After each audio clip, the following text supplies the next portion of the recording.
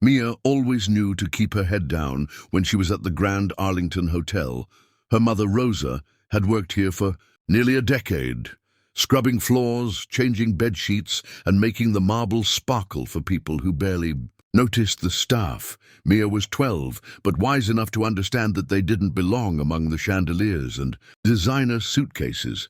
After school, Rosa often brought Mia with her, and while her mother polished the gleaming lobby floors, Mia would sit in the corner, sketching pictures of things she wished she had the courage to touch. Every evening, a pianist named Mr. Dalton played the grand black piano under the huge crystal chandelier.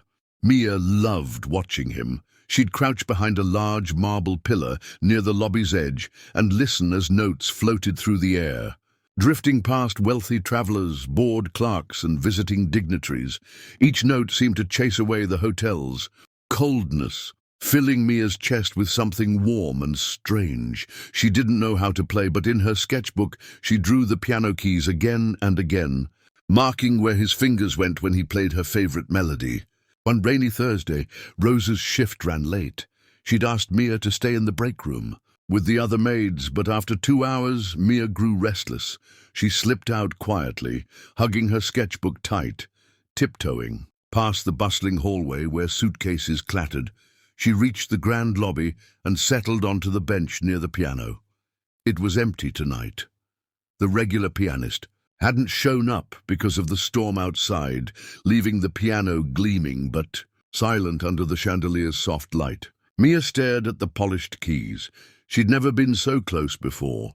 She could see her reflection in the shiny black surface, her hair pulled back with her mother's old hair tie, her oversized hand-me-down coat draped around her small shoulders. She looked around. No one seemed to notice her.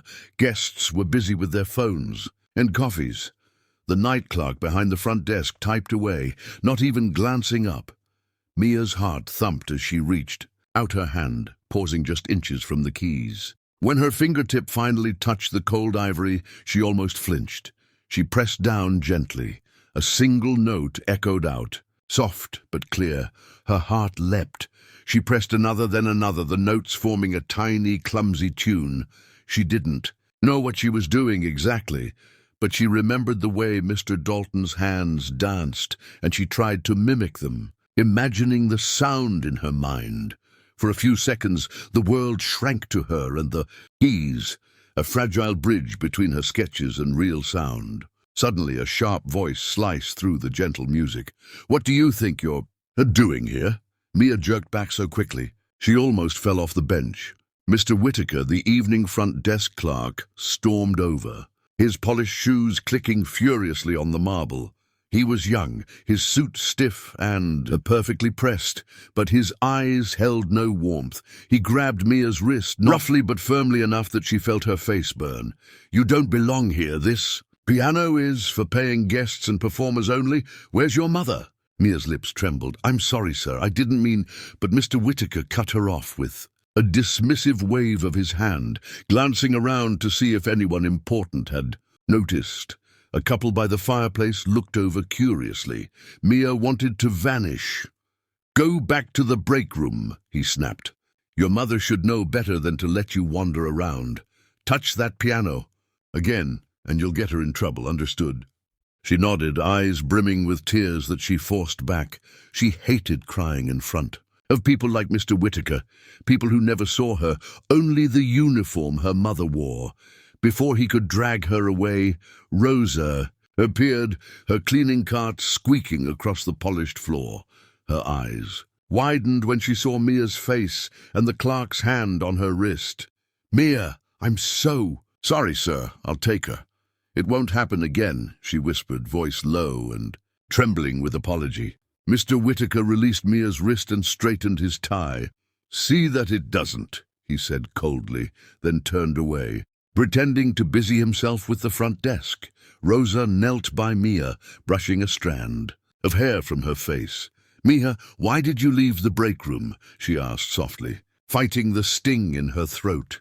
Mia didn't answer. She hugged her sketchbook to her chest, looking down at her old sneakers on the marble floor that she knew she'd never belonged to. Come, Rosa whispered, kissing the top of Mia's head as they moved toward the staff hallway. But before they reached it, another voice, warm and calm, called out from behind them. "Wait!" Rosa froze. So did Mia.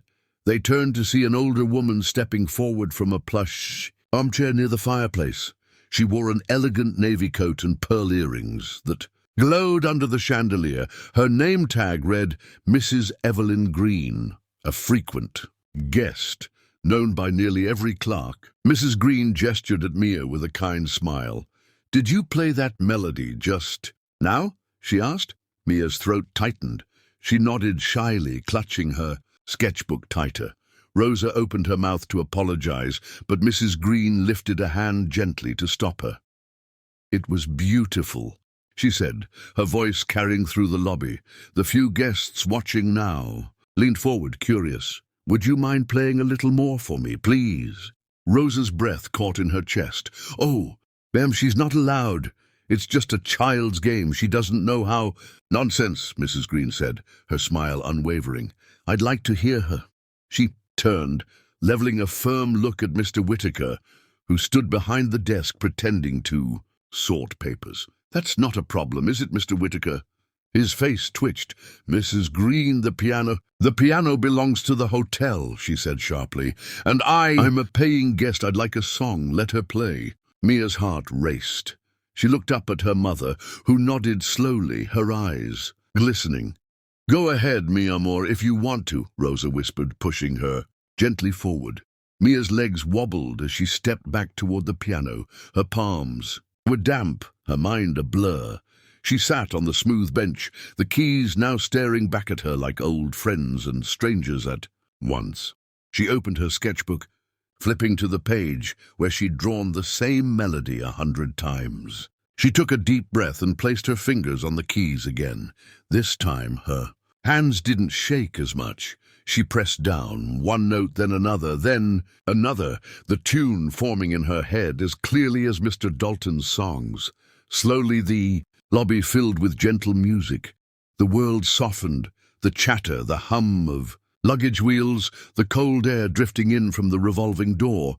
It all fell away, replaced by the fragile, hopeful sound of Mia's shy melody blooming in a place she was never meant to be heard. Rosa watched, her hands pressed to her mouth, unable to stop the tears that slid down her cheeks. Mrs. Green stepped closer, her eyes bright, nodding along to the sweet, hesitant notes. Even Mr. Whittaker stood still, shame creeping over his stiff expression as guests looked up. Phones forgotten, drinks paused mid-sip. The hotel's polished marble and gold trim felt warmer somehow, touched by a child's secret music. When Mia finished the last note, her fingers hovered in the air, her breath caught, somewhere between a sob and a laugh. She turned her head, cheeks flushed pink, and saw her mother beaming through. Tears. For the first time in her life, Mia felt like she wasn't invisible, like she belonged, even if just for a moment. The grand lobby didn't seem so far away from her tiny dreams anymore. Mrs. Green stepped forward, clapping her hands softly. The sound spread, echoed by others, a polite, curious applause that grew louder as more guests joined in. Mia slid off the bench and ran straight into Rosa's arms. Her mother held her tight, burying her face in Mia's hair, whispering blessings in Spanish only they could understand. But the story didn't end with a single song. That night, Mrs. Green promised Rosa she would speak to the hotel manager about lessons, about opportunities, about a chance for Mia's gift to be more than a dream sketched in a notebook. Rosa didn't know how they'd afford it, but for the first time in years, she let herself believe that maybe, just maybe, her daughter's small hands on the piano could change everything. The next morning, Rosa woke. Before dawn, the memory of Mia's music, replaying in her mind like a prayer she couldn't let go of. She slipped on her faded uniform and tiptoed around the tiny apartment they called home. 1 bedroom, 1 bathroom, barely enough space for both of them, but last night it had felt like a palace when Mia crawled into bed beside her, whispering that she wanted to play again. Rosa's heart, squeezed with fear and hope tangled together, a knot of questions she wasn't sure how to untie. Mia woke to the smell of cinnamon toast, the special breakfast her mother made on the rare mornings when she wasn't too tired to stand at the stove. She rubbed sleep from her eyes and shuffled into the small kitchen, hugging her mother from behind as Rosa flipped the bread in the pan. Neither of them spoke about the piano at first. It felt fragile, like saying it out loud might make it disappear. But when Mia pulled her sketchbook onto the table, opened to her piano keys, Rosa turned and kissed her forehead. After school, Rosa found herself standing in front of the Grand Arlington's manager's office, smoothing invisible wrinkles from her uniform, heart thudding like a drum. Mrs. Green had called ahead, but Rosa still felt like an intruder when the tall, silver-haired manager asked her to sit. His office smelled like polished wood and expensive cologne, a world away from bleach and floor wax. He spoke kindly, but Rosa struggled to understand every word, nodding even when her heart raced with doubt. He promised that the hotel would arrange lessons, free, if Mia truly wanted them. When Rosa told Mia that night, the girl's eyes grew round with wonder. She bounced on the threadbare couch, her feet tapping an invisible pedal, as if the keys were right there in front of her. Rosa wanted to warn her not to get too excited, not to hope for more than the world would give. But when she saw Mia's joy, she bit her tongue and hugged her daughter instead, whispering, "You're going to learn, mi amor. You'll play for real one day. I promise." For once, it didn't feel like a lie. The next week, Mia sat beside Mr. Dalton on the piano bench for the first time, her sketchbook tucked under her arm like a secret weapon. He was patient, his voice soft but firm as he showed her how to rest her fingers properly, how to read the tiny notes that danced across the staff like ants. Mia soaked up every word, every correction, her small hands trembling with the weight of her dream finally growing, roots in real soil. Rosa watched from the lobby corner, polishing a brass railing she'd scrubbed 1,000 times before. People began to notice. At first, it was just the guests who lingered near the piano to watch the shy maid's daughter plunk out. Hesitant scales. Then came the curious staff, bellboys pausing mid-shift to listen, housekeepers peeking out from behind, potted palms. Even Mr. Whitaker, the clerk who had scolded her so harshly, now nodded stiffly when he passed by, pretending not to watch but always standing just close enough to hear her play. Mia didn't see him. She saw only the keys, the pages of her notebook, and the music that bloomed like spring in her chest. Rosa started taking extra shifts, trying to hide the dark circles under her eyes. Lessons were free, but sheet music wasn't. Neither were new shoes when Mia's toes poked through her sneakers, or the bus fare when practice ran late. Rosa didn't mind. Every hour she worked felt lighter than scrubbing marble for people who never looked at her. Now, when she polished the lobby floors, she did it with her daughter's music floating over her shoulder, notes chasing away the tired ache in her bones. One evening, just before Christmas, the hotel hosted its annual charity gala. The ballroom sparkled with lights and music, the chandelier glittering above rows of tables set with crystal and linen. Mr. Dalton was hired to play, but halfway through he looked over at Mia where she waited in the wings and whispered, "It's your turn, kiddo." Mia's eyes widened. She looked for her mother, who was standing by the kitchen door in her maid's apron, her hands clasped together so tight her knuckles turned white. Rosa nodded once, tears brimming. Mia stepped into the spotlight, the hem of her thrift store dress brushing her knees. She climbed onto the piano bench, legs swinging nervously until her feet found the floor. The room fell quiet, forks frozen. Midair, champagne glasses lowered. Mia took a deep breath. She opened her sketchbook one last time, then set it aside. Her fingers hovered, remembering each note, each page she'd drawn. When she pressed the first key, the music poured out, imperfect but brave, each mistake covered by the sheer courage in her small hands. People who had ignored her mother's presence for years now sat motionless, watching the maid's daughter claim a moment none of them could take away. Rosa pressed her hands to her mouth, a silent prayer bursting into gratitude that she could barely contain. When Mia finished, the silence held for a heartbeat. Then the room erupted in applause, so loud it seemed to shake the crystal above them. Mrs. Green stood first, clapping with a pride that made Rosa's chest ache. Mr. Dalton beamed, and even Mr. Whittaker wiped at his eyes when he thought no one looked. From that night on, nothing stayed the same. Mia still practiced every day in the lobby. Her mother still polished floors, but people saw them now. They nodded in greeting, asked about Mia's lessons, even offered old sheet music and stories of pianos they once played. A local music teacher heard her one afternoon and offered to give her lessons twice a week for free. The hotel let Mia practice in the ballroom when it wasn't booked.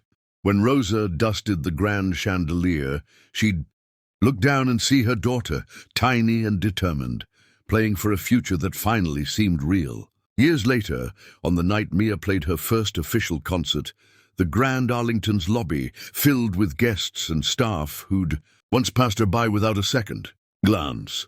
Rosa sat in the front row, her hands clasped over a pair of gloves she'd bought for the occasion. Mrs. Green, older now but still radiant, sat beside her, whispering how proud she was. Mr. Dalton squeezed Rosa's shoulder before the lights dimmed. Even Mr. Whittaker, long since promoted, stood near the back, his arms folded, a small, embarrassed smile tugging at the corner of his mouth. Mia stepped onto the stage in a simple black dress that brushed her ankles, her hair pinned back with the same old hair tie her mother had used when she was 12. She sat at the polished piano, her fingers trembling only for a heartbeat before settling on the keys. When she played, it was the same melody that had echoed through the lobby all those years ago, the one that had stopped the hotel clerk in his tracks, the one that made her mother cry behind the mop cart. But now the notes were full and confident, lifted by every hour her mother had scrubbed floors to keep her dream alive. As the final chord lingered in the air, Mia looked out over the rows of faces. Some strangers, some family in ways that didn't need blood. She found her mother's eyes shining bright as stars and smiled. Rosa clapped until her palms ached, her tears falling freely. In that applause, in that moment, she saw not just her daughter's triumph, but her own. A lifetime of invisible work, unnoticed sacrifice, all wrapped up in a single soaring note that said, "We were here, we mattered," and nothing would ever silence them again. When the concert ended, people lined up to shake Mia's hand, ask for autographs, pressed gentle words of praise into her ears. Rosa stood back, her heart so full it felt too big for her chest. She remembered the marble floors, the break room, the hush of shame when her daughter touched the piano for the first time. All of it felt so far away now.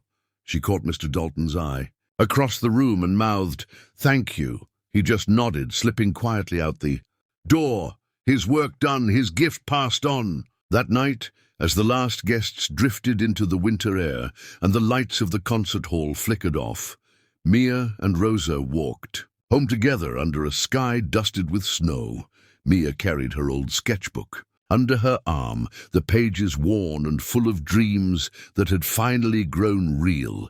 Rosa wrapped an arm around her daughter's shoulders, pulling her close. They didn't need to say anything. The music had spoken for them, louder than any clerk's, scolding any closed door. Together they walked on, leaving footprints in the snow, for others to follow, each step echoing, with a song no one could ever stop.